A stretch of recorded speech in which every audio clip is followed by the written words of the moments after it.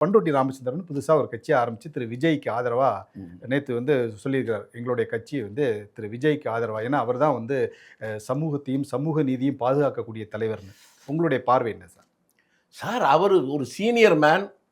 அவருடைய விரக்தி என்னவோ அதை வச்சுக்கிட்டு ஒரு முடிவுக்கு வர்றாரு. நான் இதுக்கு சொல்லணும்னா ஒரு சராசரி தமிழனாக தான் சொல்லணும். உங்களுக்கு சமீபத்தில் சில விஷயத்தை சொல்லுங்கள்.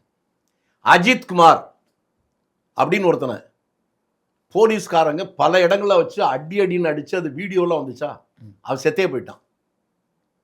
இது இப்போ திமுக ஆட்சியில் நடந்துச்சு. அந்த அடித்தவர்கள் அந்த போலீஸ்கார மேலே ஏதாவது நடவடிக்கை எடுத்திருக்காங்களா? இல்லை. அந்த இளைஞன் வேற. அவன் மேலே ஒரு பொய்யான கம்ப்ளைண்ட் ஒரு பெண்மணி கொடுத்துச்சு. இன்னைக்கு ஒரு எஃப்ஐஆராக போட்டிருக்காங்களா? இல்லை. இதை அதிமுக ஆவேசமாக சொல்லுது, அஜித்குமாரை அடித்தே கொன்றார்கள் உங்கள் ஆட்சியில்னு.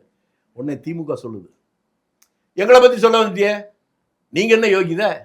சாத்தாங்குளத்தில் அப்பனு மகனை அடிச்சு கொண்டீங்கல்ல, அதே இந்த போலீஸ் தானே அடிச்சு கொண்டுச்சு, அவங்கள என்ன நடவடிக்கைன்னு நான் சொல்லைங்க. திமுக ஆட்சியை பற்றி அதிமுக இப்படி சொல்லியிருக்கு, அதிமுக ஆட்சியை பற்றி திமுக அப்படி சொல்லியிருக்கு. இதில் உங்களை போல என்ன போல நாம் எந்த பார்வை பார்த்தால் உருப்பிடும்னா, அந்த அஜித்குமார் பையன் உங்கள் வீட்டிலேயே என் வீட்டில் இருக்க பையனாக இருந்தா நாம் என்ன முடிவு எடுப்போம்? சாத்தாங்குளத்தில் இருந்த அப்பா பையன் செத்தாங்களே, அவங்க நம்ம வீட்டில் இருக்க அண்ணனோ மாமனோ மச்சானோ தம்பியோ மச்சானோ இருக்கிறான் அப்படின்னு நினச்சிக்கிட்டா நம்ம எப்படி முடிவெடுப்போம்? இது அதுக்கு அர்த்தம்.